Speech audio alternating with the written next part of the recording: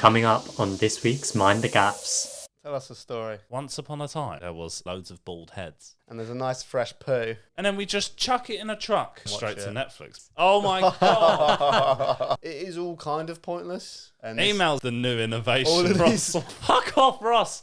I'm going to be banned for life. Welcome, everyone, to the Mind the Gaffes podcast. And today is the day where I get sacked. Because in this episode, we reveal all about the broadcast industry and their dirty little secrets. Because let me tell you, content doesn't just magically appear on screen. It actually requires a lot of work behind the scenes from privileged white male decision makers networking on golf courses and benders in Vegas and Amsterdam. In fact, Ross was originally going to host this episode today, but he was too busy spunking all his money in Vegas to do any prep. We all work in the broadcast industry, although Callum now works in aviation. Yep. Fucking traitor. And we're going to be discussing shenanigans from two major broadcast events, the International Broadcasting Convention and NAB. Which stands for what? National Association of Broadcasters. There's too many acronyms. You know, but we're also going to go on a rant about other things such as the VFX crisis, the skills crisis, the shit content crisis, and every other bloody crisis, because everything's a crisis, right? Cost of living crisis. Why not? Let's just slip that in. But also, are Apple buying Disney? Hell, why don't they just buy a country? Let's get into it.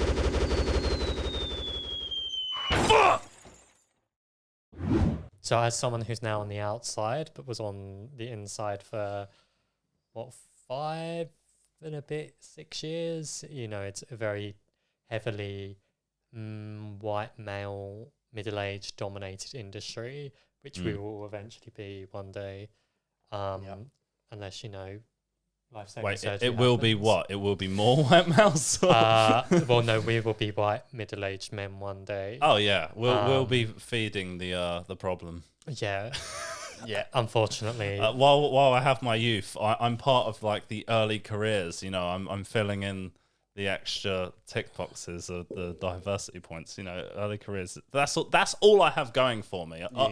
Once I'm now 25. Yeah. Once I don't have that youth box, I'm screwed. I'm just Yeah, even 25 is like borderline. I feel like once I'm 26, it's like, I'm starting to feel old. Other than the only thing that's not got old is like my personality and my inappropriate and Your basically I hairline. haven't grown up. Fuck you. You had to take the low blow of my hairline. We love it, Luke. We love your hairline.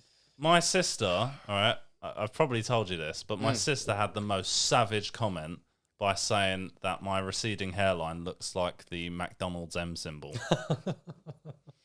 Well, I did say the last that video, that short you did with your shirt on and your tie, you're giving me like Jack Nicholson.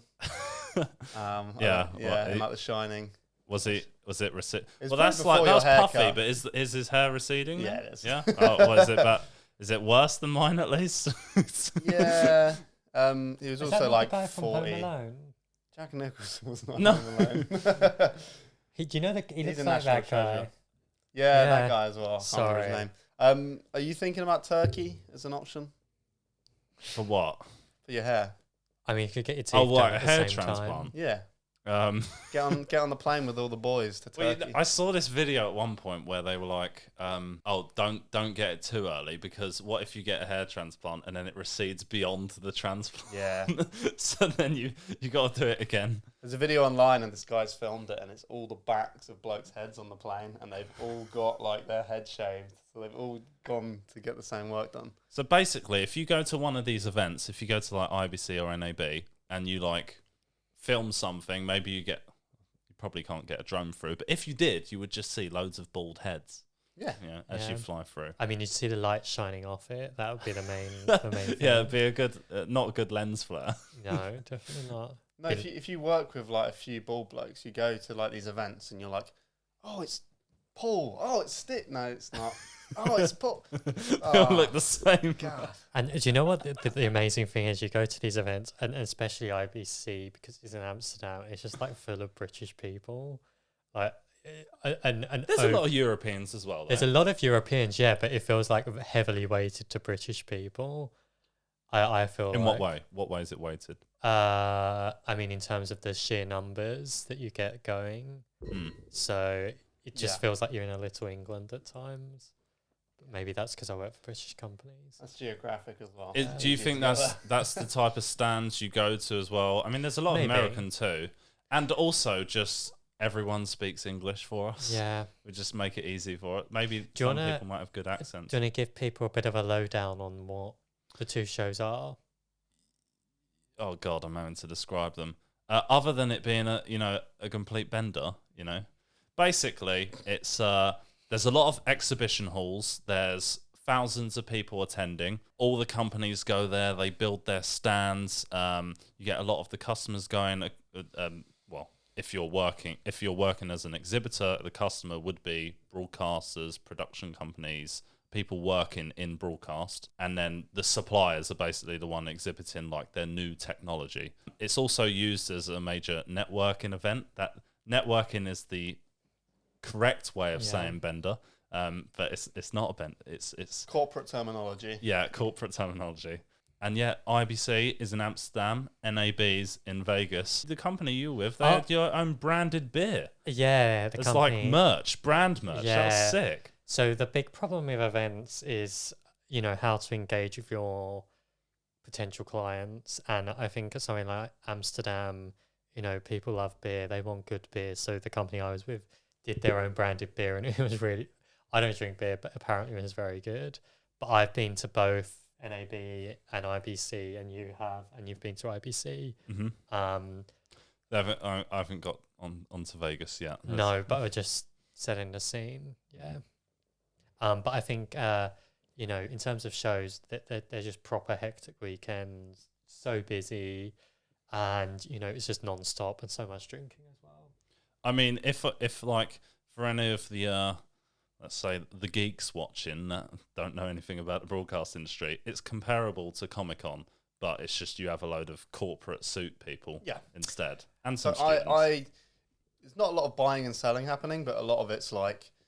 Well, I don't know. All the deals get made over like 10 drinks. These are all the companies we're already working with and have relationships with, and maybe people want to know more about you. It's an opportunity to go and have a look at what your company's doing, talk to people.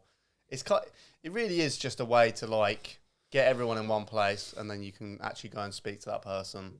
But it's very unlikely you'll walk up to a stand and go, "Yeah, give me 10 cameras," and walk off having actually. But that's a good point. Now, do you think it used to be you go to events like these and you would invest in new technology, or you would sign that deal or find out about something, but everything kind of happens online now on Microsoft Teams, particularly after COVID as well. Now we're all in virtual meetings.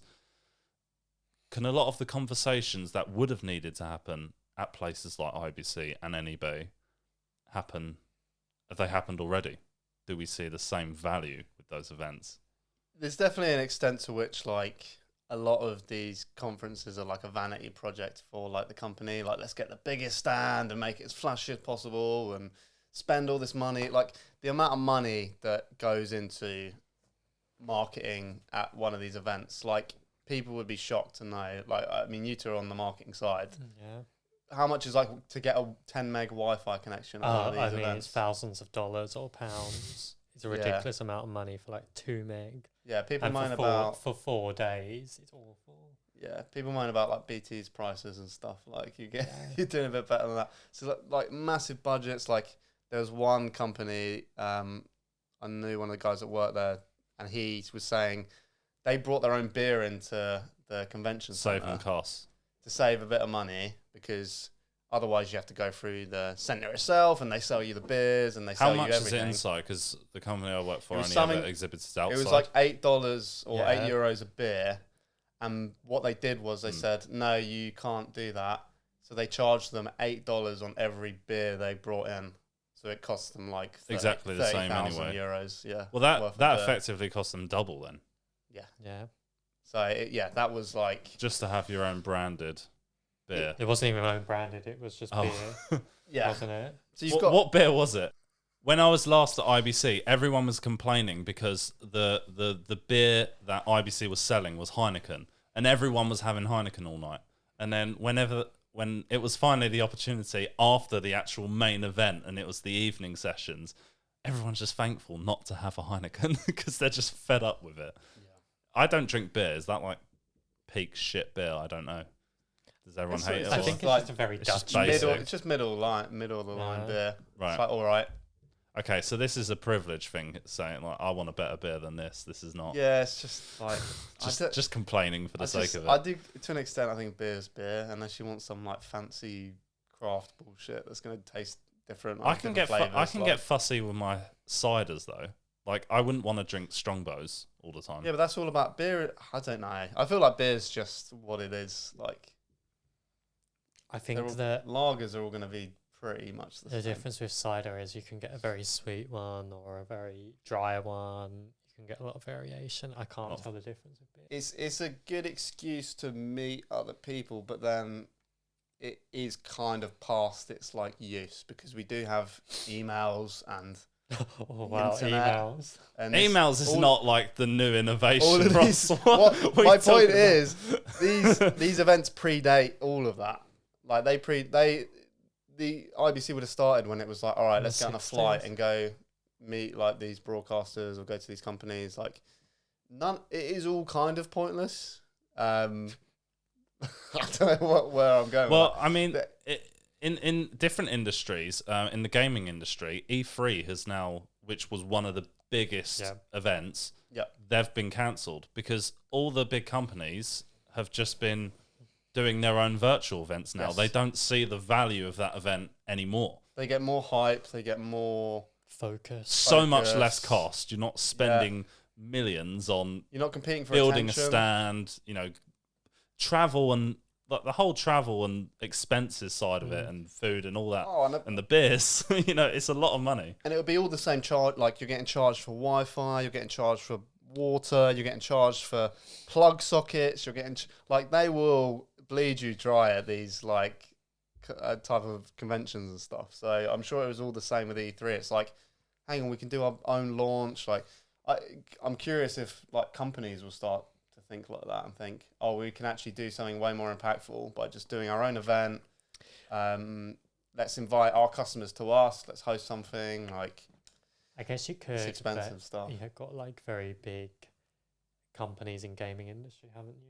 Which have a lot of control, whereas there's a lot more smaller companies maybe in broadcast. I think for smaller companies, it's more value, I guess, because you might just get people strolling past who had no idea who you are, and now they do.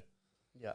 So there's value in that footfall, I guess. But if everyone kind of knows you anyway, what's the actual value? But then would you need to keep your brand going?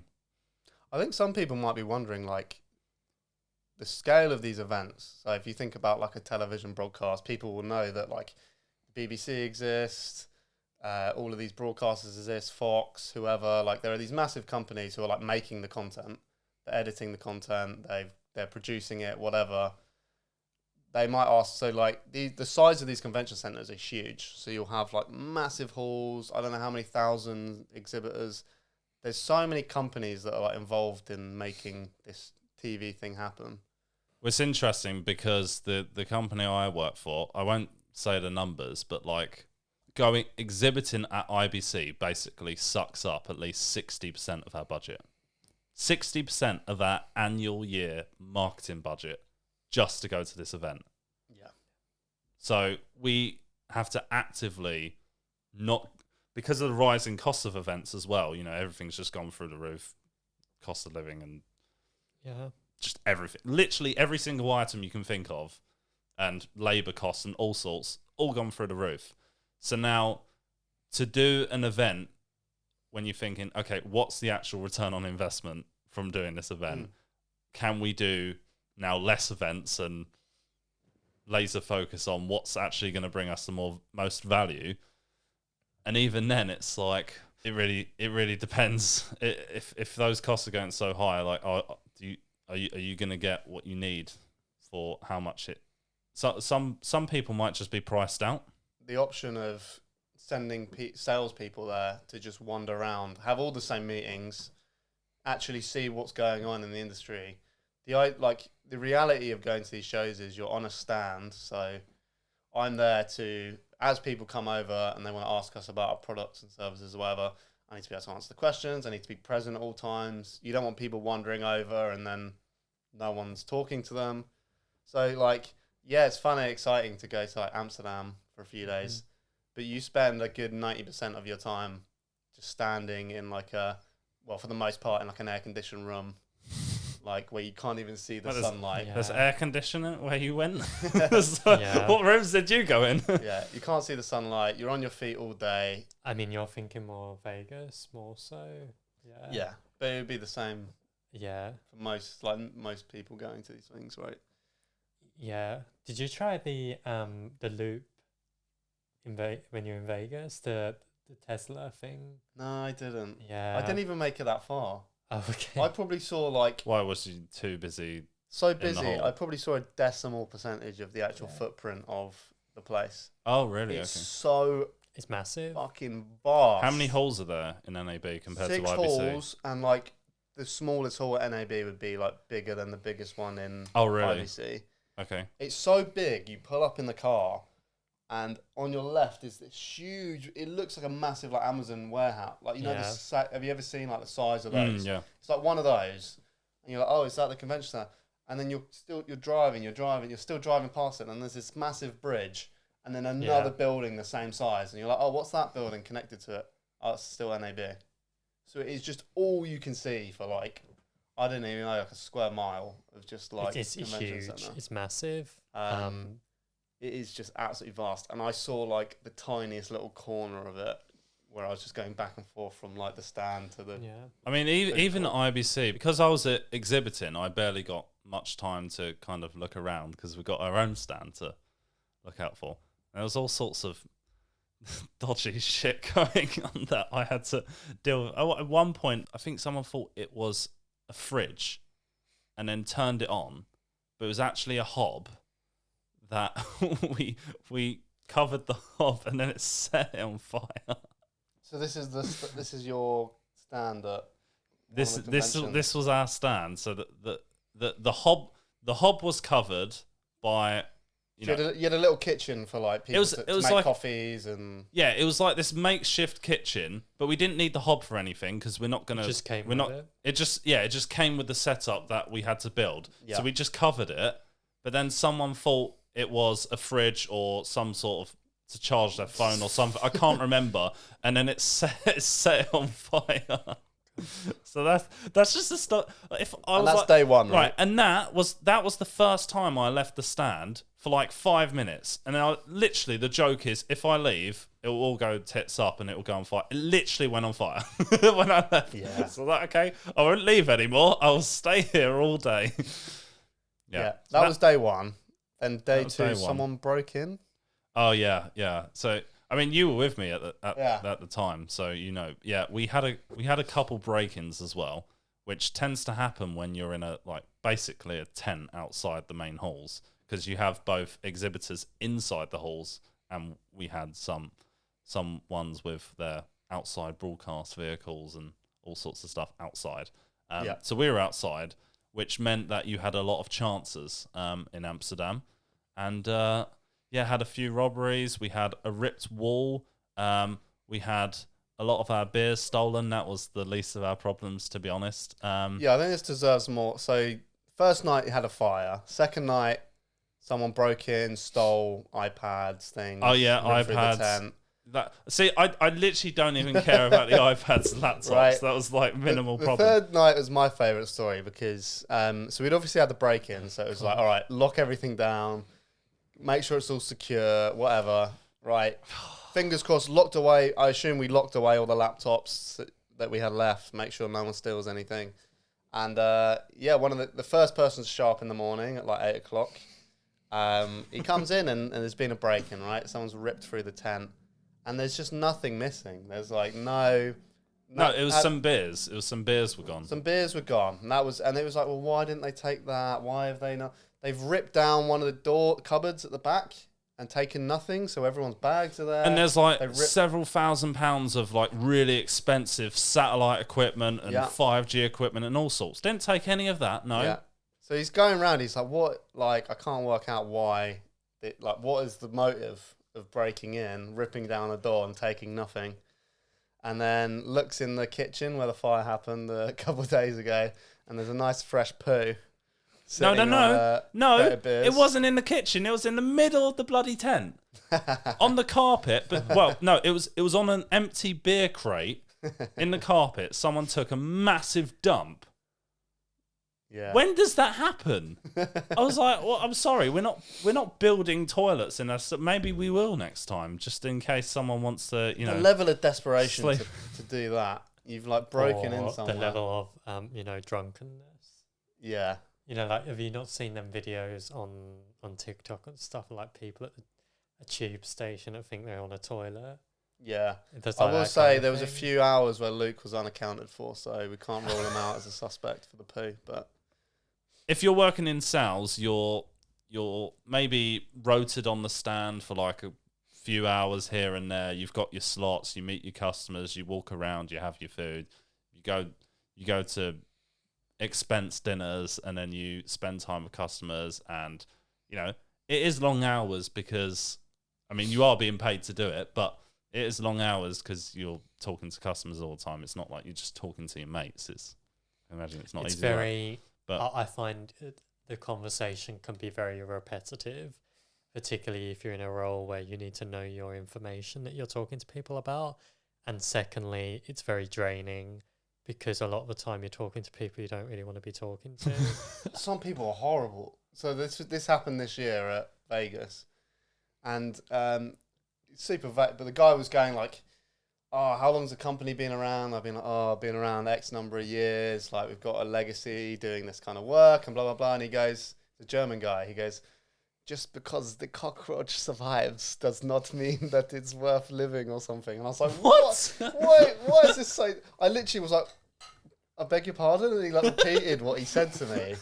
And I was like, oh my, like some people, like what kind of conversation is this?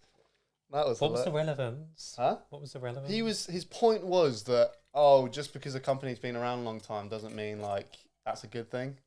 Okay. He was like, the cockroach will continue to survive, so like how is that a good thing?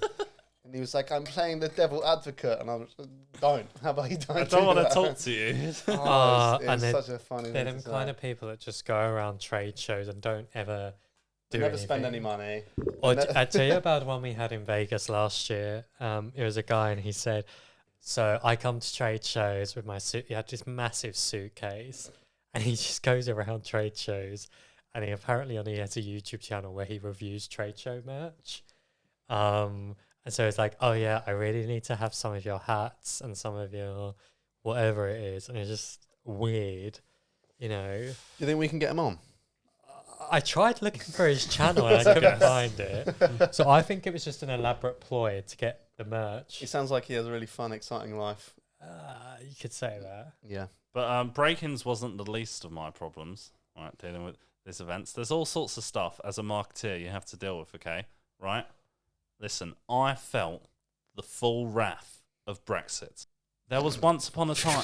I hope you're going somewhere with this, Lee. Yeah, I am. No, a lot of people really hard done by Brexit. They might have got sent home to their home country, And you had to fill out some forms. I had to fill out some forms. No! Right, no, so there's these bloody carnet forms now. Like, get into Amsterdam used to be piss. We get a load of items, right, and then we just chuck it in a truck. Job I agree. done. Luke is the most hard done by the whole Brexit situation. I'm royally screwed. I'd say he's number one on the list. But it was so close to the wire because you have to label and measure every single item you're bringing. Yeah. And weigh. Just unnecessary things for no reason. And you have to submit it on this carnet form. And I think it got rejected several times because of nonsense reasons, or they didn't understand what this acronymed thing or piece of kit I mean, was. that's probably just your people's fault because they love acronyms. It probably helped if they just wrote it I properly. thought we massively simplified it, but it literally went to the last day, and if we didn't get that form accepted that day, we've missed the window. Like, stuff's not getting shipped to Amsterdam in time. It was literally that close to the wire. So that's what I mean. Like, we'll be better next year, but that was the first time of just, this is an unknown. This isn't how we've done things before, and it's just ever quite more awkward to deal with. And then I had another problem as well, which was when we were out there, I had this whole social media campaign planned in terms of how I could, promote where our stand is, and I was going to do geographic targeting, so people around the Raya, which is where it's located in Amsterdam, would then, if they went on LinkedIn, they would see these ads, all paid promotion. Oh, this company's here at this place. And guess what happened? What happened, The Luke? Queen died. Social media Banter. blackout. Social media blackout. They were like, no posts. Well, fuck my campaign then. Yeah. And then, selfishly... I'm gonna sound like I think no. I think Luke is the most hard done by the Queens. I'm gonna sound like such a massive arsehole here, but everyone was like really sad and like getting the memorial thing on BBC News like played on the big screen, and then I'm just like, my fucking social media campaign, man. Like, why now? It's like, but no, it's, to be honest, like, I think a lot of people. Maybe some people are sad, but like, you don't know this person. I thought she had a nice life. She made it to an old age. Her husband's gone. I think she went out quite well. I think she had a good life. She had a good life. She had This a is very my lack blessed of life. her husband's dead.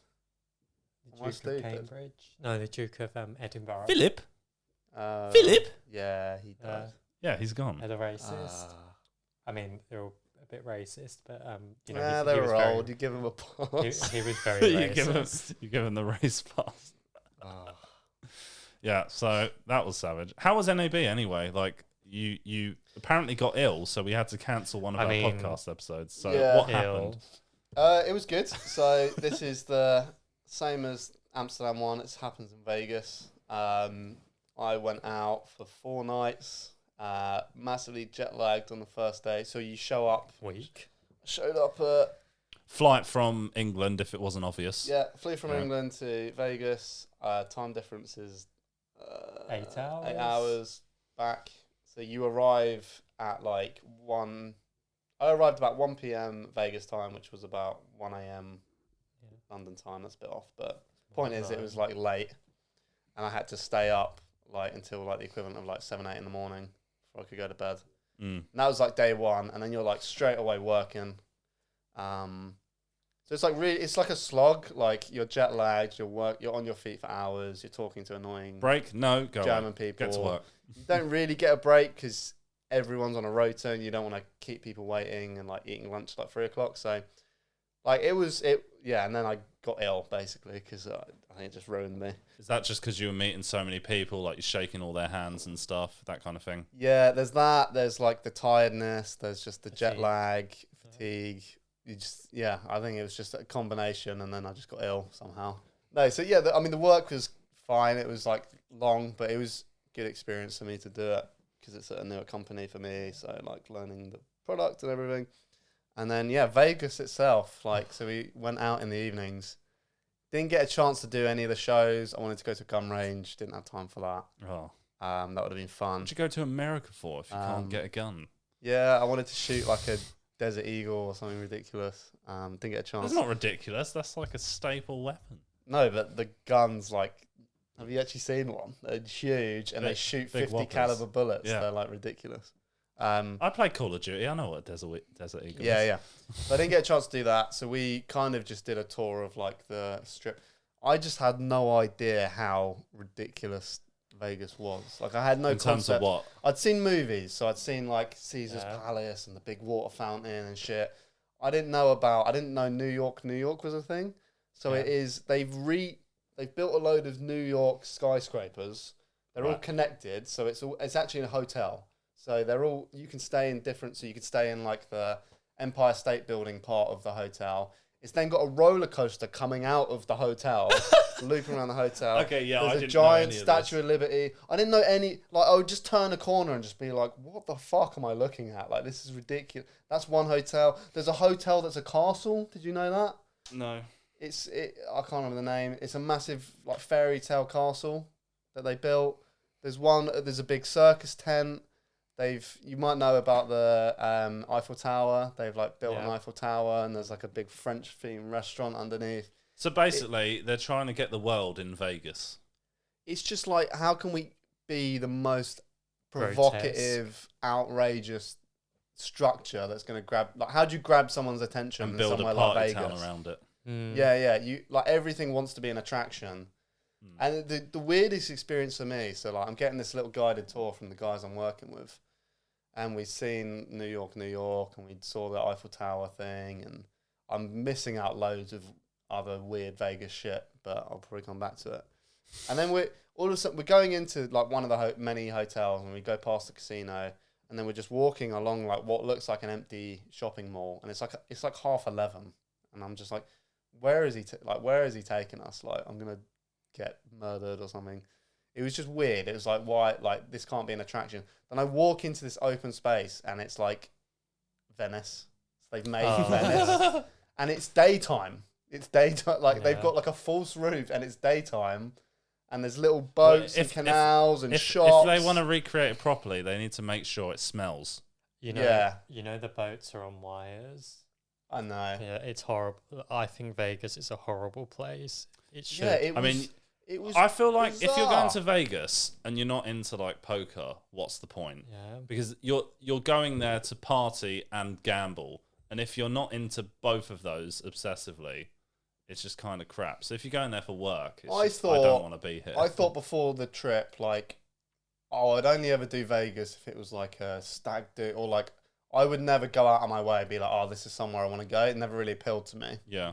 Having been there, that's pretty much the same. Like, it's like, it's fun to walk around and just be like, whoa, what the fuck? I haven't even mentioned, like, there's all these girls running around, like, in, like, bikinis trying to get pictures from you. There's all these, like, hustler people.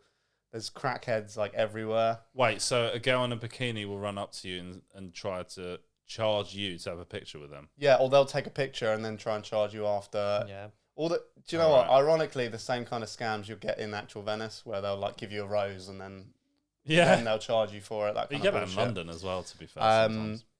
Yeah, so the Venice thing was like that was like a really weird experience. Did not expect that at all. Best part of Vegas is like the downtown, which is like the old part of it, where it's just bars and stuff, and because a bit more normal. Yeah, when I was going down the main strip, it was shocking to me how long it took us to find. We like left this place. Let's find a bar. We must have walked for like half an hour. It is bizarre. You would think, like, if you walk around London, you can't walk more than like 5 minutes without finding a bar or a pub or something. 5 minutes is probably a long way to walk in London without finding So anywhere on that to main go strip, is it literally just because there's loads of bars and casinos? I assume there's just loads. The main of strip, them. because it's all casinos, everything's built around.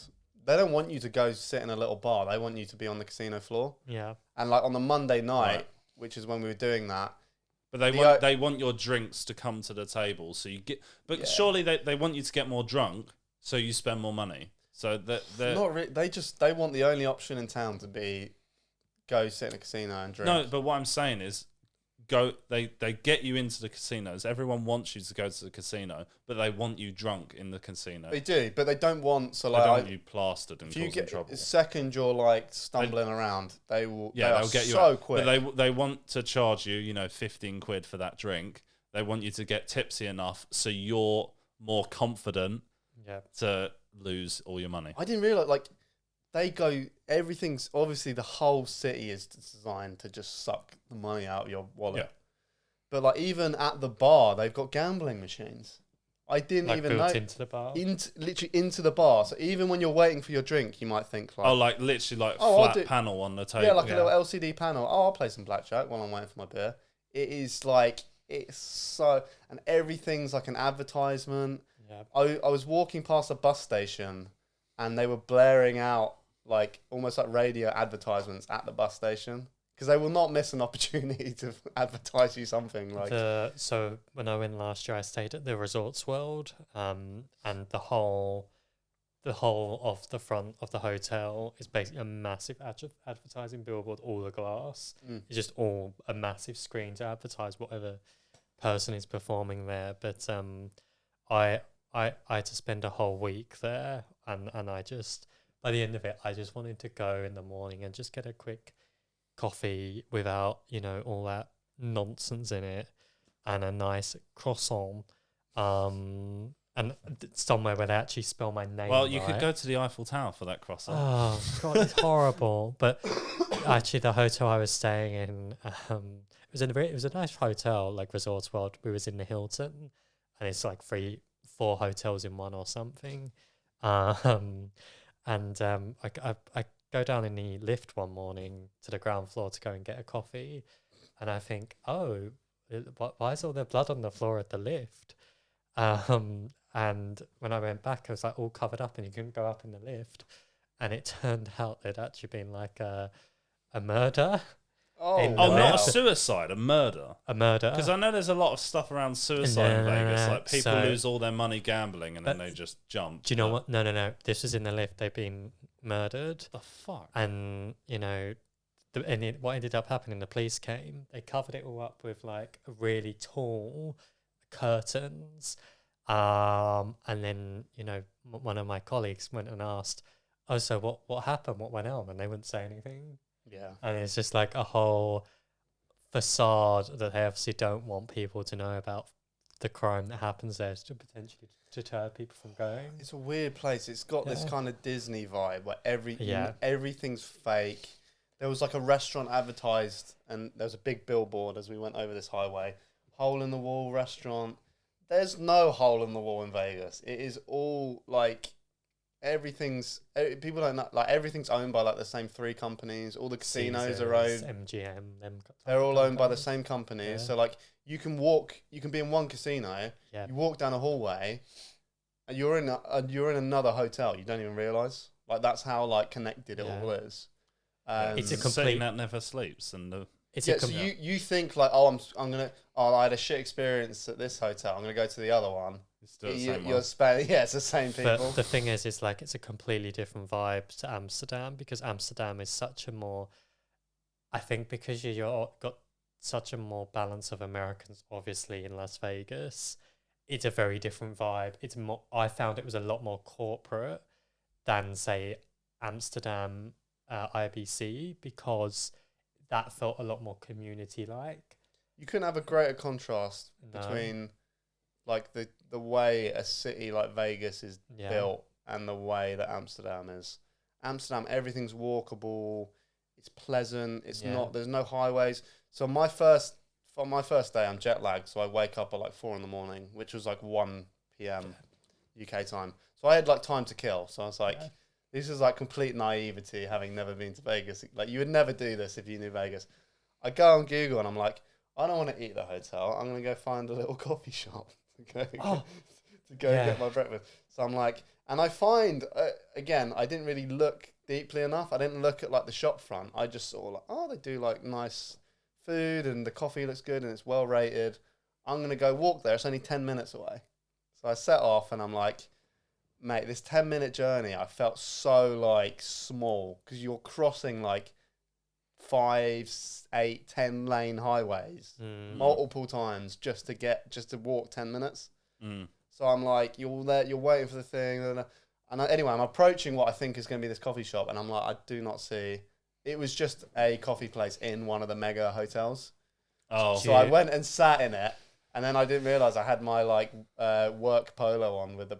So then I'm sitting there, and then someone comes up to me and goes, "Oh, Blackbird, it's like 7 a.m," and I'm like, "Oh, don't talk to me." I don't want this conversation Blackbird, right now. yeah. Oh, we'll come by. So we're actually doing this solution. I'm like, "Oh my god, it's already started, and it's 7 o'clock." And yeah, it was.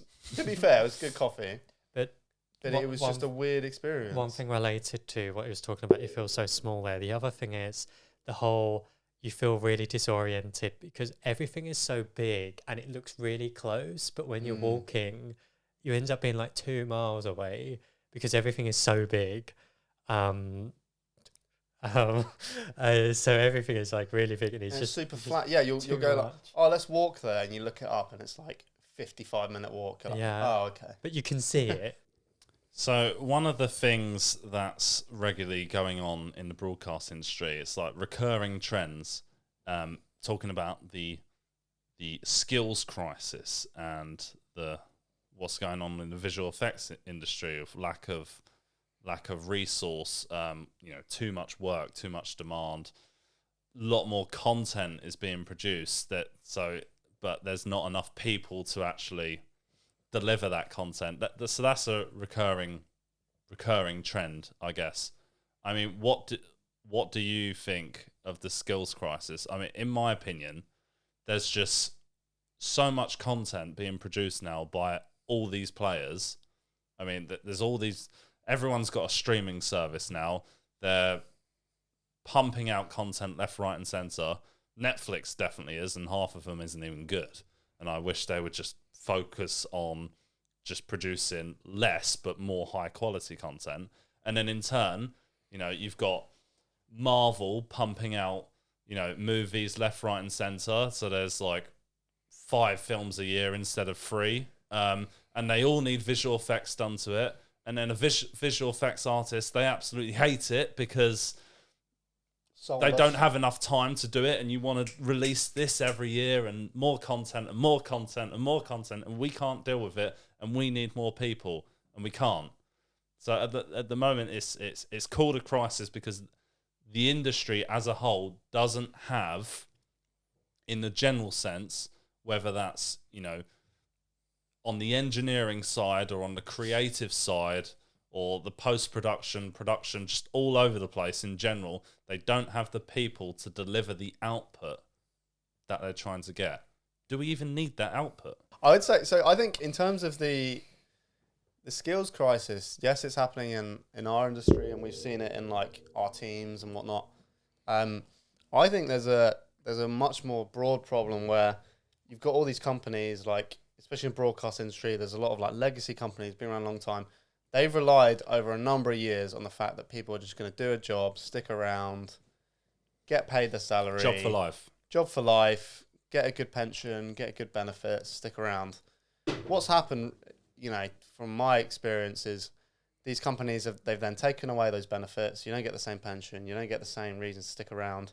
And then you've just got a generation of people who are like more likely to just take a risk. I am going to go work for that other company. I'm going to go work here. I'm going to go work for a startup. Mm-hmm. So you've got all these skilled people who are just saying, actually, no, I'm going to go work elsewhere. And then you've got these companies turning around and going, oh, we can't actually find anyone. They're going to have to pay more competitively. They're going to have to pay fairly. They're going to have to offer something more than just like a steady position. Like all of these companies are like, I think they're just reacting way too slowly to the fact that like they can't just cruise the same way they were. And then, I think it's a shame because I think there's a lot of younger people who would happily do, if they knew these jobs existed, they would fly at the chance.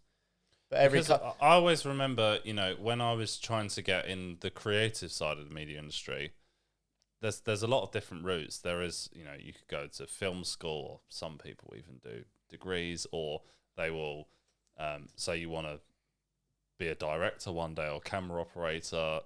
You're doing work experience, you're becoming a runner, or maybe you're producing a film and you're hoping it gets showed at a festival, and then someone notices you, and then they bring you on to bring your teas and coffees to someone, and that's just how you start. It's like to really work your way up from the absolute bottom. Are those routes even? I mean, is those routes still happening? Is there a good enough options to get in for people? Yeah, I think all these companies want people who already have the skills, but no one wants to train them. Invest the time to cultivate them, to bring in apprentices. They look at the retention of those apprentices and graduates, and they think, oh, they're going to leave anyway. If entire industries worked more on cultivating talent, it would benefit everyone, because I would join from another company, you would get someone else from another company, you just replenish the pool of talent which is lacking, and they're just the pool of talent that does exist is just going to go to the highest bidder and whoever's paying the best. Or the problem is the requirements they set of people are too high. So you want 10 years experience for an entry level position, which is just not. And I don't think this is. I think that applies to any job. I don't think there's a lot of I think in the broadcast industry there's a lot of talk about things which are made out to be industry specific, and I think it's generally a problem with the whole labour market in this country. It's the lack of investment in entry level positions and the ability to train people, and then secondly, the unrealistic expectations. For example, I want a social media coordinator with 20 years of experience, when most social media, such as TikTok, has only existed for like 5 or 6 years. It's stupid, It's stupid expectations like that, and I don't think it's unique to broadcast industry or media. I think it's just a problem in particularly this country. Yeah, how can you have an entry level position with 5 years plus experience? Well, that's not entry, is it? Yeah. Oh, and it's even for me, a grad scheme being you must have gone and got a degree to start this company. I think even that's like a step too far, because you're missing out so many like talent people. Maybe they went and started their own business. Maybe they're a video editor. Maybe they switched.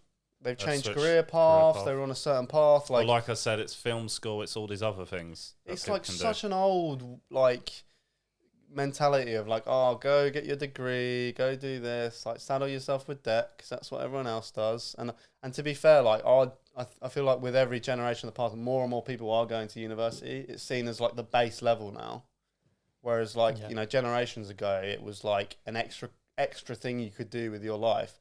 Now it's just like that's like almost step one is like go to university. Right, you finish college, go to university, then you're starting your career. I think I thought university was always the done deal. No. My parents didn't go. No, same with mine. Okay. Do your parents go to university? I mean, no, but But I don't think anyone in my family went to uni. Right. yeah, I think it was less common, let's say 30, 40, 50 years ago. It was a lot less common.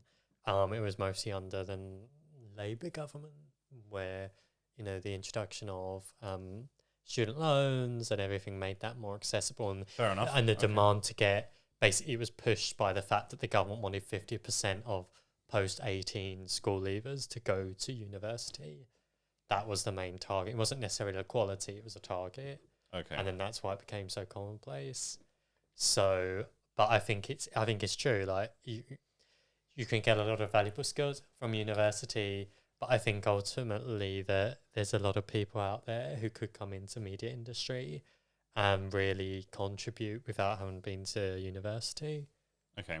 So that's the entry position. So we think the barriers to entry are too difficult, or there's too many kind of old school ways of looking at things. Lack of awareness as well. How do you know these jobs exist? Yeah. Or you want to do it, but you just don't know how to do it. But then there's what's actually changed in the industry. Talking about that output, how much content is there, and also the expectations, say for television, for example. You think about what television shows used to be like 10 years ago. Then Game of Thrones came around and just blew everyone's socks off with visual effects. I mean, the last season was trash storytelling, but that's a tangent. But in general, like visual effects, the quality. Breaking Bad was a great example of storytelling. People expect so much more high quality from TV now across the board. That cinema experience. How much more does that require from your highly skilled talent? Yeah, so I think definitely you've got all these companies competing for attention, billions being invested. So like the money is there to. I mean, a lot of them are losing money making all these great shows, but the money is there. So like people are getting paid to do it.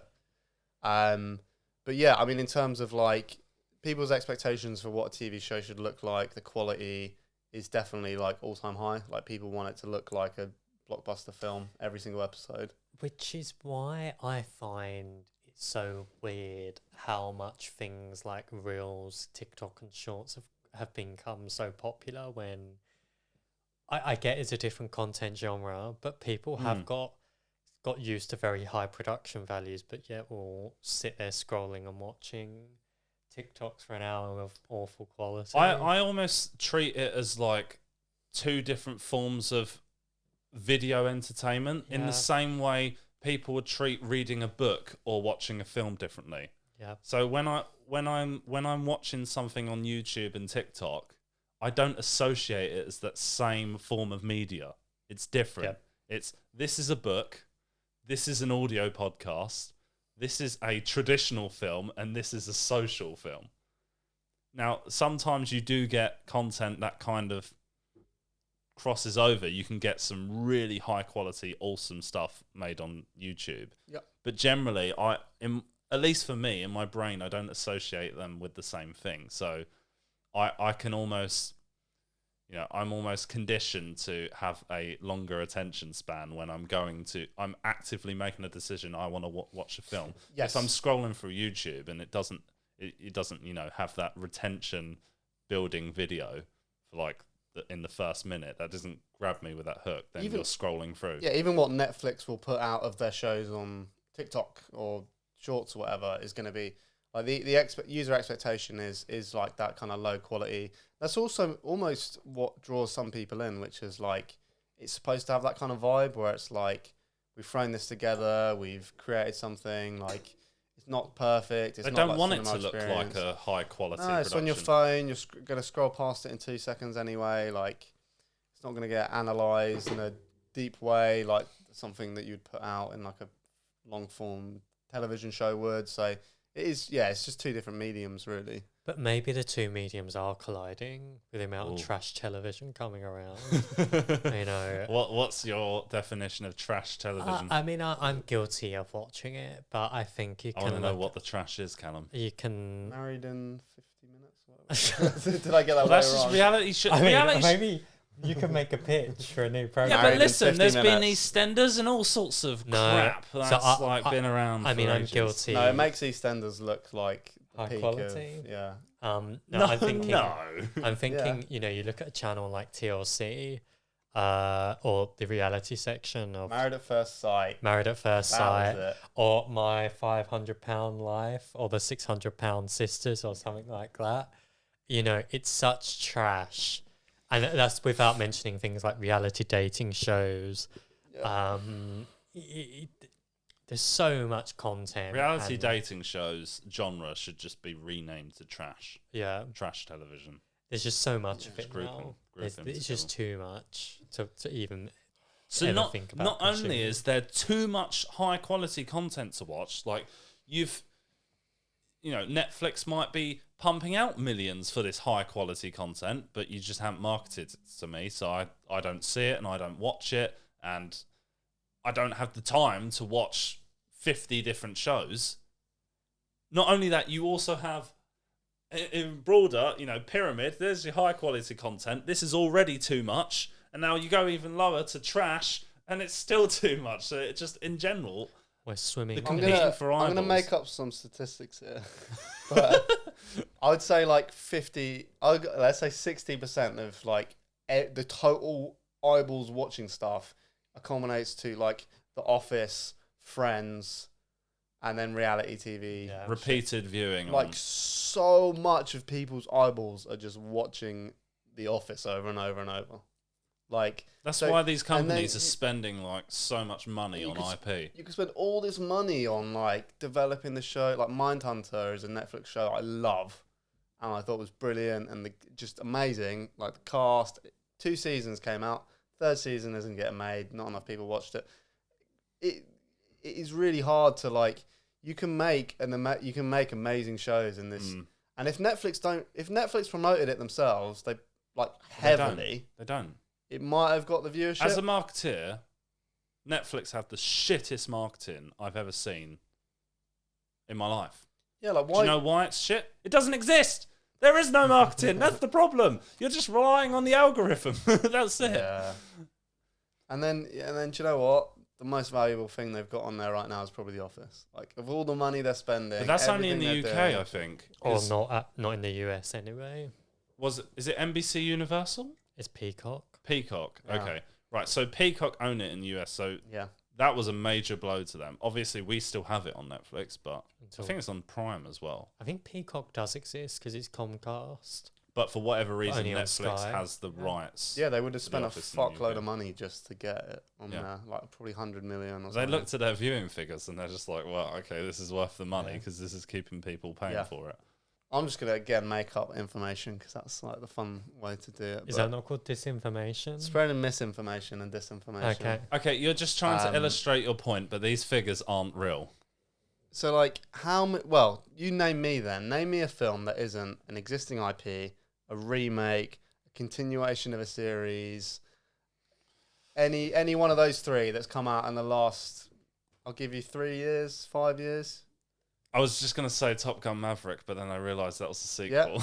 Yep. No, existing IP. Everything, everywhere, all at once. That's a great example. And that's why that won Best Picture. Great example. Low budget, fresh idea. Yeah. Not an existing IP, but it was a low budget, right? So they weren't given like millions to go make this movie. Oh, what have I seen? I watched this. Oh, actually, I'm going to add one more thing to that, which is a very well-established director I wouldn't even who know. is like going to get, like, Tarantino's always going to get his Okay. movies made, right? Because he's got enough clout. So I can't choose a well-established director. I would say that's like, I'm talking like, right, I'm saying the only movies getting made are, it's an existing IP, so they're going to take a bet on it. Yeah. It's part of a universe, so like a Marvel type thing. It's part of the Marvel universe, or it's like a director who's like big enough on his own that they're going to take a bet on him because should be like they're not taking any risks. So like for example, Star Wars was a massive risk that would never ever get made now. If The it was a new budget- film and if it it was hadn't pre-existed. When it was first made, it didn't exist, wasn't tied to anything. It would never get made now. Stanley Kubrick's first films would never have got made. So that's what I think is like really concerning to me, which is like the appetite for like risk amongst like all of these like top is like an all-time low. Like they're not going to take a gamble on anything. And that's why the quality is just so poor, like in cinema now. Yeah. I mean, I guess you still get Pixar trying to make some films when they're not doing the sequels, but they do every now and then try to. Yeah, but even have an Pixar, original like idea. originally they were like, we're not doing sequels. They did Toy Story 2, which was like their first sequel, but they wanted to make that. They had a story to tell. And then the studio starts going, Cars 1, 2, that 3, Cars 4, 5, film did 6. really well. Should we do another Cars? I don't Ooh. think that's what quite happened. I think the guy who made it was just obsessed with cars, but that might be a unique situation. But Right. with Toy Story, definitely. Did they want to make Finding Dory? Probably not. Were the amazing people behind Pixar really Incredibles inspired? 2 as well. Incredibles 2 should have never got made. It's it's like easy money. It's like people are going to go out in droves. What did I see? They're doing Power Rangers now. That's an existing IP. There's not an IP that they haven't gone to.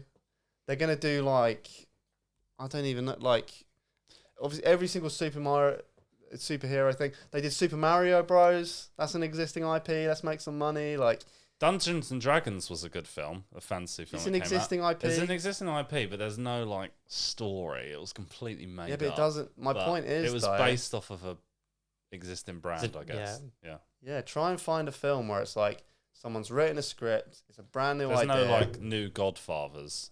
If that's what you mean. Yeah, like from scratch. Yeah. at one point Star Wars was a brand new thing. At one point Star Trek was a new thing. At one point, Back to the Future was a brand new Indiana franchise. Jones was a new thing at once. No one's But now gonna. there's more of them.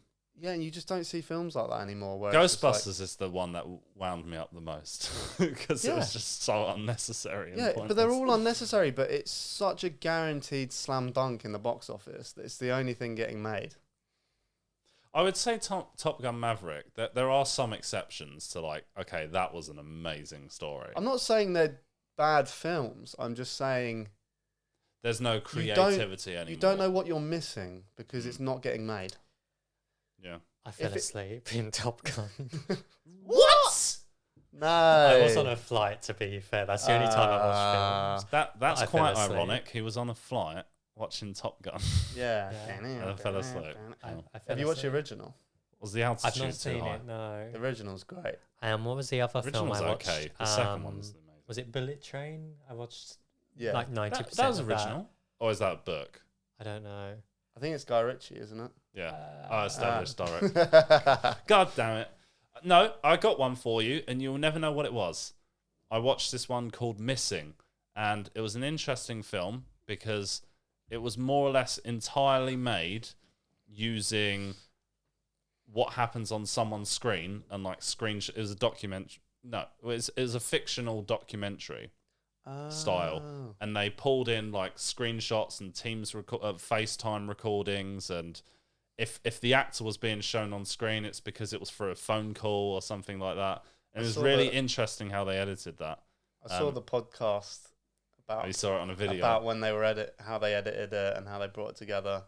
I don't know if you watched Modern Family, No, but they did that like a few years ago. but Same yeah, concept. but that Pretty film cool. that was one I don't know the directors of. I guarantee no one bloody watched it, but it might have made That's like the thing. 80 million. Like, I or wonder, something. like, I thought it was quite good. It wasn't the best film of all time, but I thought No. the way they edited it was amazing. but I just wonder, like, how would something like Back to the Future now Perform. get made, and how would it perform, and like would people It just even goes straight watch to it? Netflix probably, and then no one would watch it. Yeah. Yeah. But I guess straight to Netflix is just like the new straight to videotape. Straight to VOD, yeah. Or video, people they just sat in the back of Blockbusters and people didn't Yeah. really look at it. The sad thing is, like, there were a lot of films that would get released, do poorly in the box office, become super popular once they've had their run. Mm-hmm. Everyone would buy the DVDs, and it would make a fuckload of money. That would never happen now. Here's a new element to the whole shortage, too much content thing. We touched on like TikTok and YouTube. Are people who are interested in creation of filming, so people with editing skills, people with videography skills, cinematographers, all those types of the creative individuals, are they now being inspired into the kind of influencer scene? Not necessarily being an influencer themselves, but these different types of platforms. And you think, I don't know what the stat is, maybe you can make it up for me, but how there's like so X number of content, like minutes of video being uploaded to YouTube every minute, and it's like a wild, probably billions number. People making all that content, a lot of people are getting paid for it. You're making good money on it. All the influencers need editors. Some of them have entire production teams. Are these people just coming away from traditional media and they don't have the restrictions? What is saying some of the jobs have just moved elsewhere. I think. I mean, to be fair, it's so much easier to easier now than it ever was, and it will continue to be easier and easier to make your own film and just film it all yourself. Get some. Your iPhone's got a better camera than anyone would have ever had. Like we can do this podcast right now because we actually have decent camera. There is no way we could start this third episode that we've ever recorded. Yeah. Not only buy all these microphones, but buy £1,000 cameras as well. We just wouldn't be able to do it. Yeah. But we've all got, we have 3 iPhones here recording it. Job done. Yeah. We don't have that massive upfront investment, so we can actually create some content. Yeah. So you're right. It's more accessible. I think there's a lot from the point of view of so many people can make content now. It's definitely a good thing. Like how accessible it is.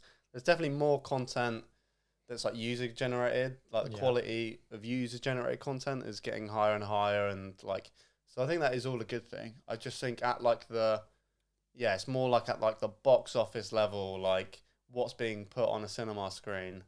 That's where I'm just a bit jaded and a bit disinterested in most of what's being put out there. Like if you're not interested in superhero films, you've lost 60%. Well, if you're not interested in blockbusters, you will just never go to the cinema. Yeah, but then that's not. I'm not interested in blockbusters. I'm not interested in You just want some different what stories. Marvel's putting out. I've lost interest. And that cuts out a good chunk of what is being made every year. Mm. When was the last time you went to the cinema? Oh, Because you don't watch the Marvel stuff. I don't watch that kind of stuff. God, when was the last time I went to cinema? I think the last time I went was December 2019. Wow. Before COVID. Before COVID, and it was Wow. to watch. Sorry, should I say COVID or will this be demonetised in like 5 years' time? So I think it was last Christmas. Oh my god! Fucking hell. Out of any film we could have said, it had to be that. So I didn't mind it. It was alright. And Henry Golding is, you know, but you not like bad trash looking. TV, as we've established. But, you know, I mean, I am not one of them people who binge watches television either. So I think maybe I'm in a minority compared to a lot of people. But yeah, it's just like the cost of it. But you watch a lot of too YouTube. much. I watch so much YouTube. What's the type of content you watch on YouTube? I think we've had this discussion before, or it might have been Not on the podcast. Not in the podcast. I think it's mainly a lot of news, current affairs, documentaries. I thought he said that as well. I thought he said nudes too. Nudes. Men's beach Nudes. volleyball. Yeah. News, current affairs, documentaries. Documentaries. So that is a type of traditional media, but they create So really awesome documentaries yeah. now, user Yeah. generated content. So, Have you seen like the Iceman one? No. No. It's like millions it costs with like, this is like David Attenborough type production. I mean, it's not about climate change, but it's That like that level. kind of scale of this is very well made. Yep. And yeah, I think there's a lot of them, not lots, but you can get a lot of high quality content on YouTube, which I find interesting that I can't find, or I don't necessarily find accessible on traditional media. I think that's the main thing, and you know, thanks to YouTube's premium, no ads as well, so it works for all. There's even a group of YouTubers making their own streaming platform, Nebula. Yeah, but that's all a bit. Not a fan. I'm not a fan. Well, no, I get why they're doing it, but it's not. It seems like the way I understand it, Nebula is just a way to get all the creators to buy in. They can obviously bloat up their valuation and then sell it off to somebody else. Oh, so it's not what they're saying it is. Well, no, I thought it was all about like not being demonetized, so you can show a bit more. it is Yeah, that. I wouldn't even say edgy content. Like I watched this really interesting video of like some place in America. I can't remember where it was, but it was like the clickbait title was I found like a real life city full of zombies, but it was about drug addiction. Yeah. Right. And it was like really good, sort of 15-minute video. Learned a lot. Fucking terrifies me that this is actually a real place, and just the amount of needles like everywhere. It was just horrible. I was like, that was a really interesting video, and apparently it was demonetized. Yeah. But there was nothing like rude, or I don't see why. I think there it's should have because been. you class it as a sensitive topic. Yeah. But I think the things like there is a place for something like Nebula, but it's probably there are benefits to it, but ultimately they're probably just building it up to then sell it off for a load of. It's a capitalist venture. I never thought of it So- from that cynical point of view. I think conceptually, I like it. Like I've thought about it before because a lot of the type of stuff I watch Yeah, is that same. kind of like you put all this work into a video, hours editing, like especially like heavily researched videos. Like it must be so draining. Like there's no other job where you would like do a piece of work. Even say your job is you're a video editor, but you work for a company. You would never do all the work, write the script, do the research, film it, edit it together. It takes you 3 months, takes you 6 months. You then hand it into your boss and go, "Oh, am I getting paid this month?" And they go, "No." Yeah, like so, that would never happen. So right? even That must be if so- a film production company, like the film got shelved for whatever You still reason, get paid for the you still work got you paid. do. Yeah. But So it must be so like draining. So I get the incentive to be like, we put, yeah, okay, you're putting it behind a paywall. I think it's quite reasonably priced, and you've got a lot of content there. I get that. That's a good solution for like. I do want to talk about this topic. I don't want to censor myself. And YouTube's becoming more restrictive than even like. Advertisers just than getting even more like fussy, I guess, terrestrial but- television is. Like the weird things you can't say, or the certain words that are going to flag you. Like you're not gonna Can't get. say COVID. Yeah. Well, now we've lost any. Well, We're we're making not even any money. monetized, so But it's not a if we problem. were, yeah, like YouTube's like way more like the level to which you have to like think about the specific words or topics you're saying, like. And the worst part is, and it's like the editor example. You're going to be told you're not making any money this month. Can you tell me why I'm not making any money this month? No, it's just the guy. Like you, not only do you not make the money, you don't actually get told the specific things you did wrong so that you can improve your behavior. It's the worst possible situation for anyone trying to like have it as a career or. You're just trying to guess what the guidelines are. Yeah. So you're trying to get an. I mean, I feel like it's been going on for years. Like creators just complaining about copyright strikes and all sorts of guidelines breaking, and be like, no, this was fair use, and they're having to appeal it, and then companies going around just like copyright striking everything that remotely mentions their stuff. I think it's worth complaining about because the key problem is like, at least if you knew what rules you were breaking, you could then work around it. It's when you don't even know what it is specifically you've done wrong. The problem with things like copyright law, and we're going very off track here, but the problem with things like copyright law on YouTube is that copyright law was written in an age before, a lot of it was written in an age before the internet was invented, or, and you could get use out of it in different and new meaningful ways. That's the less of an issue. A lot of it is less of an issue with YouTube, but the fact that the confines that they have to operate in is a big problem. But I think also on your point about YouTube as a platform, I think it's the thing is something like Nebula. I don't know the full ins and outs of how they get paid, but on a platform like Nebula, you are not going to get the eyeballs that you do on something like YouTube, which is obviously something which you have to bear in mind. Even something like Facebook video can't compete with, or Facebook Watch, whatever they call it, can't compete with something like YouTube. YouTube's such a behemoth now. It's just. But then eyeballs I'm only even worth, too attached to it. I can. Eyeballs are only worth something if it's then worth. Like I'd rather have 100 paying viewers than I get a million people watching it for free, contributing nothing. If you're thinking of it from an advertising point of view within video. Yeah, but there's different ways you can kind of. But then you're in the situation where, like, you want the eyeballs. You've got to get your. Sure. Would you rather have 1 million viewers or 1,000 loyal viewers who watch every video and maybe will pay you money to make some content? Like Patreons or whatever. Yes, you would rather have the loyal viewers than just people who click on for 10 seconds and piss off. You would rather have that. But how do you get that in the first place?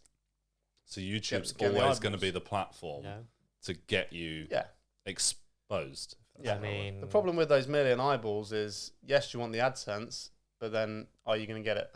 It's like that's why like Patreon really is like, if you're an established person, there really is no reason to go. A lot of smaller creators use it now.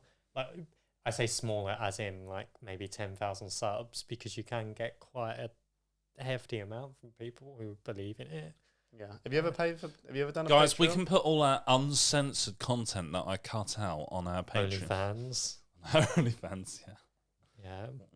But I think I think there's a lot of different ways. I think generally YouTube's been a net positive for society, even if there's a lot of downfalls. And thank you to our money overlords who aren't paying us for this video. Because we need 1,000 But subscribers. I think subscribe, guys. Please subscribe. But I think that the whole thing is that you will have people at a juncture between considering going on the creator platform, going on the creator path, going with like a small, more user-generated content. You see more type production company, which they ultimately are on these platforms, or they might consider going into broadcast or more traditional production-focused company. I don't think one's necessarily better than the other. You probably get different. But they're different mediums. Curves. It's like, like I said, I'll go back to it. If you want to write, if you're an author and you want to write a book, great. Tell some amazing stories. If you want to go on YouTube, great. Tell some amazing stories. If If you want to go in traditional media, great. Tell some amazing stories. I don't care. Just storytelling. That's what's key. Definitely. Engaging storytelling. Yes. Tell us a story. Once upon a time, there was 3 lads and a pod. They sat on Luke's sofa and they never left. The end. Luke gave Callum a dashing look and had a twinkle in his eye. Callum slowly undressed. And on that note, we'll move on to the next topic. Yeah. A lot of companies have been merging recently. We're seeing acquisitions left, right, and centre. We're seeing, even in the gaming industry, with Microsoft was trying to buy Activision Blizzard, although that got blocked. Is that a good thing or a bad thing? Because for consumers, that's a debate in itself. But then there's this theory going around. What if Apple bought Disney? Now, obviously, Apple has recently, and by recently, like 3 years ago, 3 years ago, however long, they just started entering into the TV space with Apple TV Plus. Does this even make sense for Apple to buy Disney? And this article seems to think yes. So maybe Apple plus Disney, maybe not so crazy. I've just snipped some bits out of this article. Can I get some clarification? Is this something that's been rumoured, or is this purely like hypothetical? This is purely hypothetical. Okay. We know nothing. Okay. There's no reliable There's no source. evidence. We're just going to talk about here whether this makes business sense or whether it could happen, whether you would like it. From 3 of the top business brains of our generation. I mean, you've seen the people that had on Forbes magazine cover. Reasons why the mother of all Hollywood mergers might be closer than we think. And I've cut out all the fat. Basically, it's saying, listen, 45% of Disney consumers today who are spending money are under 18. Okay. So you can that's probably... quite obvious. Yes, isn't it? yes. Just context setting, Callum. Well, So spending money, to be fair, that's like... You're thinking Disney quite parks, you're significant. thinking toys, all that stuff, right? Dildos. Elaborate. I don't think that Care fits to the Disney elaborate? brand, Callum. Donald the Duck dildo. Do they have... Do ducks have the really curly willies, or is that... I don't know. Because that would be... Can I read this really fucking painful. article or what? Sorry. I mean, imagine going in an Apple store and finding that. It might be pigs. Anyway, back with your article. So, 45% of Disney customers who are spending money are under 18. Okay. In a $400 billion, so this is in dollars, $400 billion Doner kebab. $400 billion annual market for smartphones. Every 1% you can move the needle in your direction is worth $4 billion a year. So growing the smartphone market by 1% is an extra $4 billion. Yeah. And that's just from phone sales. To say nothing of all of the downstream effects of bringing people into your ecosystem, because we know that Apple just loves everyone buying Apple products. And if you don't have an Apple product, we're not going to make it work with that device. You can Well, get your friends will fucked. make fun of you Yeah. because your message pops up in a But I different think that's colour. a very US-centric thing. It's not a thing over here. if you move that needle 5%, that's 20 billion a year. You could pay for Disney in half a decade of that alone. The ways Apple could integrate with Disney productions are more than the colours of a rainbow.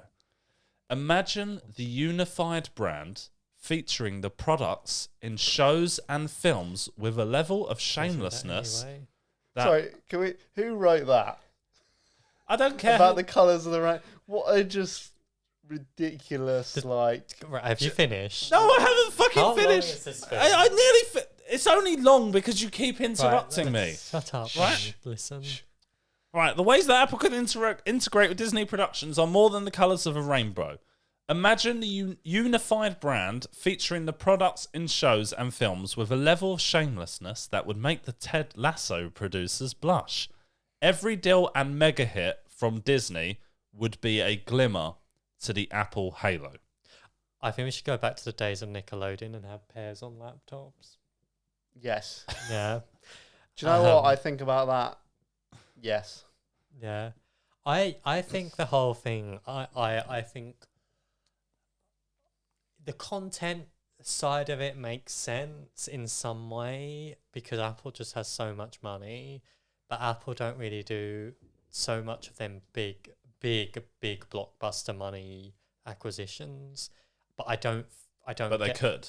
They could do it, but I don't think the whole point of buying the whole of Disney makes much sense. Right. So let's dissect this here because separate the consumer side to whether you think this is a good idea for consumers.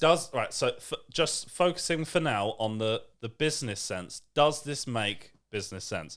Yes. What they are saying here is that in every Disney film, they're all using MacBooks and phones, and these are kids. And when the kids grow up, seeing everyone with iPhones and everything, and they haven't necessarily decided, what phone they're going with, this is suggesting that if you increase their phone sales, just the phone sales alone, that would effectively pay for Disney. But then there's also the ecosystem, because once you're sucked in, because all the cool people, are using Apple products in every film you've ever seen, and at all the Disney parks, and just everywhere in that whole ecosystem. Great, you now get the phone. Oh, now you also get the AirPods. Oh, you also get the MacBook. So you get the Apple Watch. Is it dystopian? Is it horrifying thought that this merger would happen? Yeah, right. Business first. Does this make business sense? Could you see this happening? Is it upsetting to me, the thought of that? Yes. However, yeah, I guess it does make business sense. It also makes business sense to just buy every company ever and have it be... I've always joked, like, one day Planet Earth is going to just be Disneyland. Just Amazon, like, once we spread out. So, yes, it makes business sense, but it's horrifying. I It think the scares whole me. point, But- can I but- just say, the whole point around doing it to get Apple products to feature in films and stuff really doesn't make sense to me. Because, example, you're watching Succession. I don't know if you noticed in series 1, they're all using Samsung phones with like big AT&T logo or something, Verizon at the bottom. And then obviously the deal ended at series 2, and then they all go to iPhones as the default. Whether Apple are paid for that, I don't know. Probably. Maybe they provided them for free as part of it, and they're using whatever laptops they're using. But I think the point is, most of the programs you wouldn't really expect to see like a high-flying executive to be using a Samsung or OnePlus. Right. I think they're gonna. I don't buy that argument that is really going to influence people that much because they're already there. I don't know, but this is saying this is at people who are not influenced yet. These are kids. They haven't decided what brands they like. And you think about how social media influences, the old school Disney movies, people growing up, how much of an impact. I think it might have more of an impact than you might think if you're a very young age. Sleeping Beauty, it will be like her iPhone buzzing that will wake her up instead of a prince. Is that what you're saying? They're gonna retroactively edit all of No, these they films. won't edit it, but it'll be all the new content. No, so I think, so to be fair, like, will it get people... Because iPhone is almost already the default, like Callum said. Yeah, but particularly in Western markets. Now, is that going to stay forever? Maybe not. So it might help them retain that kind of presence that they have, which is that iPhone's like the cool phone. Everyone wants an iPhone. If you can't afford an iPhone, you get a cheap Android phone, whatever. That's like the perception. It might help them maintain that, but I agree with. I don't think it's going to like exponentially grow like the number. But could it grow it by 1%? Because Disney is a big brand. A lot of people see that content. You're saying no. And you think about, sometimes when you're thinking about branding, you're like, oh, you're a massive company. You don't need it. Well, actually, there's data to suggest if you just stop marketing for a year, that will have an impact. Kids are very susceptible. Like if it's like Spider-Man has an iPhone, which I think he probably does, that could make it like. And again, this is like dystopian levels of like marketing being infused with like media. But if it was like if it was seen as like a cool thing, wow, Spider-Man's come to school with his iPhone, everyone thinks he's cool now.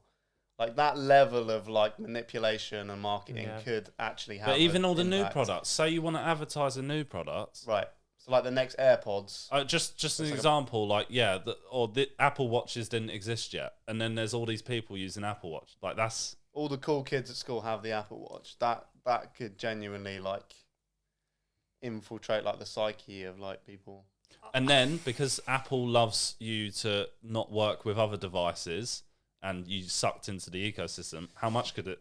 If you get one person, you could get them buying 3 products. But I think that they could do that without going to the length of buying Disney. I think if you had very comprehensive agreements with all of the major studios and networks, you could get the same result. I think it's like Apple currently have like the money just in spare cash just to do it right now anyway. I think if you look at the content, depends what Apple TV, what they want to do with Apple TV Plus, whether they want to expand on sports continually, I don't know, or whether they want to go into content. Would it make more sense for them to just buy ESPN if they're going in more into sports? But that's the thing. This is the whole argument.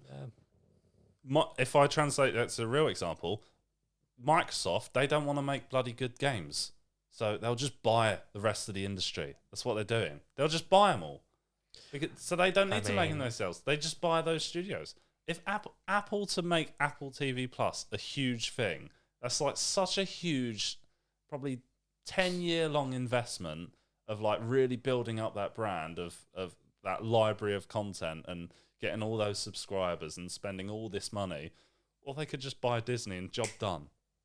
The idea, just to reset, I know you want to talk about the business side, but the idea with the number of acquisitions and how bloated and sprawling Disney is with all its tendrils through all aspects of every industry and all these brands and ESPN. All right, we'll go into consumers. Go free, Ross. The fact that there's a company that can feasibly buy Disney to expand it, like, this is like a level of like just mega corporation that's just like, nothing good can come from that. But I don't think the regulator would stop it either, because it's not like Apple is, and I'm just making this up, but it's not like Apple is a huge player in the content space. No, but they should stop it, because it's just wrong. The Microsoft one got blocked because they're in that space as a big presence, in adjacent buying industry. that same adjacent industry company. Whereas Apple are the small players, they just have more money. So, but this is suggesting it could have some wider impact. Where was this from? It was just some article I found, mate. You find all sorts of shit on the internet. I know. But you can. Goatsy.cy. I'm sorry. Okay, so consumers. I mean, how do we feel in general about all these companies merging and acquisitions? You just get these big players just swallowing everyone up. I don't like it. Okay, why don't you like it, Ross? Fills me with existential dread. I mean, it's the reason why it gets blocked by, like, I would say like our government, for example, is much more heavy on like regulating these kind of acquisitions, because the idea is the more so than America. To say, Callum? Relatively, in comparison to America, who let Disney buy every single company and brand and IP under the sun. The thing is, right, the reason why a government, I'm not going to even say our government, a government would want to regulate it, it's because you want competition, right? Yeah. You want to have multiple choices. If one company is perceived to be acting unethically or overcharging, or you just don't like the way they're operating, you can have a choice to go, I'm going to go and I'm just going to watch content from this other company, or I'm going to go buy services from this other company. The problem with all these acquisitions is you're getting less and less options. Everything leads back to the same, I don't know. You're going to, at what point are you going to be able to count on like your 10 fingers? That's why it upsets me, all these acquisitions, because it's like, there's going to be such a lack of competition. Everything's going to be these top tech companies just owning everything and anything. And there's not going to be a way to opt out of these ecosystems. Rupert Murdoch. Yeah, you're not going to be able to opt out of these systems, and they're going to collect data from you, and they're going to sell your data, and they're going to go, oh, well, don't buy anything from us, but if you want a phone and you want to watch TV and you want to do this and you want to get an internet subscription and you want to live in a house. Unless you want to go off the grid, give me your data or get fucked. Yeah, like we saw this meme earlier where it was joking, but it was like, oh, me trying to get into my Samsung house, and the idea was that it was a Samsung house for your Samsung phone, and like that, like if we just keep letting, like, what if we let Apple expand into real estate, and then let's let them get into the pharmaceutical industry and buy up. Oh, like, you can only unlock your house door with your Apple Watch. right. Or you can only get into the hospital for treatment with your Apple Watch, right? I don't know what it's going to be. Obviously, there's loads of We sci-fi. need your biometric scan. Yeah. There's loads of sci. There's Black Mirror and all these shows talking about this kind of topic, but it is like. Give me your social media credits. Like I don't want a social credit score, but I don't like the acquisitions. You asked me why I don't like them. That's kind of why. I think they need to be judged on the merits or dismerits of each acquisition. I think you can't just say all acquisitions and mergers are bad, which is basically what you just said. I said I don't like them. I didn't say they were bad. But you complain. So we recently complained about all the like films being remakes and stuff. Disney bought 21st Century Fox. How many great 21st Century Fox films have came out? I think it's just 20th century now. Or whatever the brand is. Like how many? They definitely downsized. You know, they got rid of all the. Yeah, I'm trying to think what IPs they had. I mean, they obviously owned like the Spider-Man IP and like all these kind of things. No, that's Sony. Oh, No, Sony. they owned X-Men. If you're talking X-Men, about Marvel, was they it. also have Avatar. So Avatar's Disney now. Bloody hell, Disney just have everything. Disney own the world, bro. But yeah, Cheaper if you're going by back the to dozen. copyright, Disney doesn't even own Mickey Mouse. Like in how many years? Like Winnie the Pooh was. Yeah. Yeah, Winnie the Pooh. And it went was into funny. the It public was like domain. apparently like Batman's not even copyright in like a few years as well. Yeah. Wow. Did So- they just re-up? No, you can't. It's like the copyright rules is after a certain amount of years, anyone can do anything with it, but they can only do it with the Batman from that year. So you couldn't just make the story of the Dark Knight Returns, which came out in a certain year. So- they can remake the content from the first year. Can we be and the second Can we one. be the Batman podcast and make like the original Batman yet. our logo But in a few years? for example, the Winnie the Pooh one, Yeah. they turned Winnie the Pooh into a slasher film, horror film. Did you not hear about this? and No. basically It's terrible. the copyright ended, but they could only use the character of Winnie the Pooh. They couldn't use like Eeyore because that was part of the creation. Disney made that up. Yeah, it was only Winnie the Pooh they could do. Yeah, I think it only really works with books because then it's like you have the whole story. Whereas if Yeah. it's like an IP someone made up, it's like Mickey Mouse. Was Mickey Mouse made by Disney or was that a book or what was that? I think it was Disney. But I think But even their own creation doesn't have copyright protection. I don't know the ins and outs of it, but I think the original Winnie the Pooh. I'm 'Cause it came out of it. pretty sure it was like the Steamboat Mickey, like the old school ones. Now anyone can use after a certain amount of years, but not necessarily like the 3D version of Mickey because Yeah. Disney. Too recent. Yeah, too recent. Yeah, it's just like all that. It gets all complicated. So yeah, it's But here's an example of something I think which is bad of like acquisitions. What about Adobe? Yep. I mean, they just like any new like player coming into the market with this, because there's lots of things with Adobe Premiere Pro which I use to edit this podcast. It just pisses me off.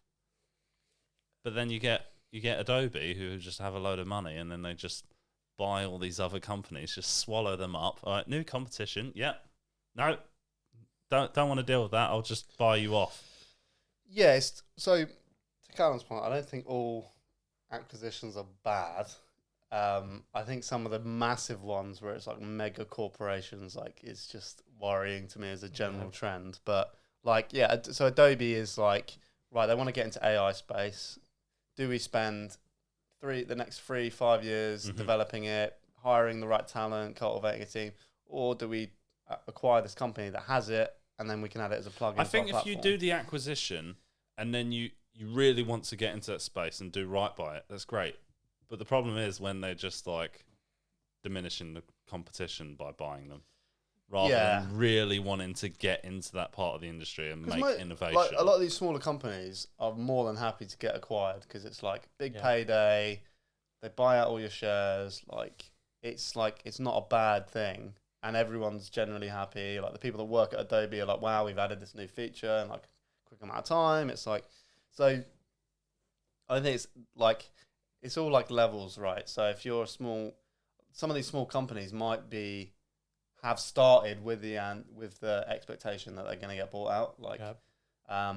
If you're like I don't know if Adobe like outright being like, oh, we're going to go buy DaVinci Resolve so that they can stop being a competition. And I would like to think something like that would definitely get blocked because that seems like an egregious like antitrust, anti-free market like type of acquisition where it's like, oh, we're just going to squash the competition because we're the biggest in town. So I don't know. I think, Adobe's done a lot to kind of maintain their like market leading position. People getting more and more annoyed with like their kind of cloud model where it's like, just bring back, I want to buy a license and never have to buy one again. I don't want to pay a monthly subscription. Buy a copy, yeah. It's so much money. It's like 30 quid a month or $45. And I just kept cancelling it, and every time they just reduced the price by 80%. I was just like, why not just reduce it by 80%? I can literally do this on a loop until that runs out, and then I cancel again. And I say, reason why? Money. And then they're like, okay, here's 70% off. Okay, I'll do that. Then I'll do it again and again and again. They know they've got the market by the balls. Like, for example, for you, why don't you use something like like a free software like DaVinci? I'm used to Premiere Pro, and I haven't got. It's what I've been using, man. What if you know all the shortcuts? That's the biggest thing, right? Which is, the smartest thing they ever did as a business was give it away cheaply to students. Because the students get it cheap, they learn it, they get used to it, they like it. So you need to target students. Then you're in for life. So they've got you as like an early adopter. And then they make it different enough from the other platforms where it's like, oh, I only really know how to use Adobe. Just put it this way, I would never pay £30 a month. I will just keep cancelling with the discounts. And if that stops, I'm not paying for it. Then I will switch. I'm never actually going to spend that money. Yeah. I mean, I switched to DaVinci for some little limited editing I do because I couldn't justify £30 a month. It's too much money. Yeah. So you did switch. I did switch. I can find like cancelling and starting again. So it's just a bit of a pain in the arse, isn't it? And it's remembering to do it. That's the other thing. But going back to Apple, you can see sort of similar behaviour to university students because obviously they have their discount scheme. Obviously, it's not like crazy huge amounts of discount, but always around the start of the college year, the university year, there's always like that deal where you get 20% off. And then they've always been on Mac. And then also a free pair of headphones or AirPods. And then you just sweeten them in and into that ecosystem. So maybe there is a play with Disney. Look, I would never, ever have bought AirPods if I didn't have the iPhone. No. But it just made so much sense. And then I'm like, oh, Christ, because we're recording this footage on iPhones right now. Getting it onto my PC, I'm not buying a Mac. My PC that's not changing. But it's just so awkward. I'm just like, oh, but if it was a Mac, I could just like, it's so much easier to transfer. I can airdrop stuff from the phone it's just so much easier. But then that pisses me off because why are you making it so difficult? Obviously, they're making it more difficult because they want to earn more money and buy these other products to make it easy. But it shouldn't be difficult in the first place. You've just decided to make this closed system. I will forever complain about Apple till the day I die. Still keep buying the phones, but yeah. But I'll still keep buying the phones. And with that dystopian ending, good night. Bye. Thanks for listening. Like, subscribe, hit the bell icon. Woo! Thanks.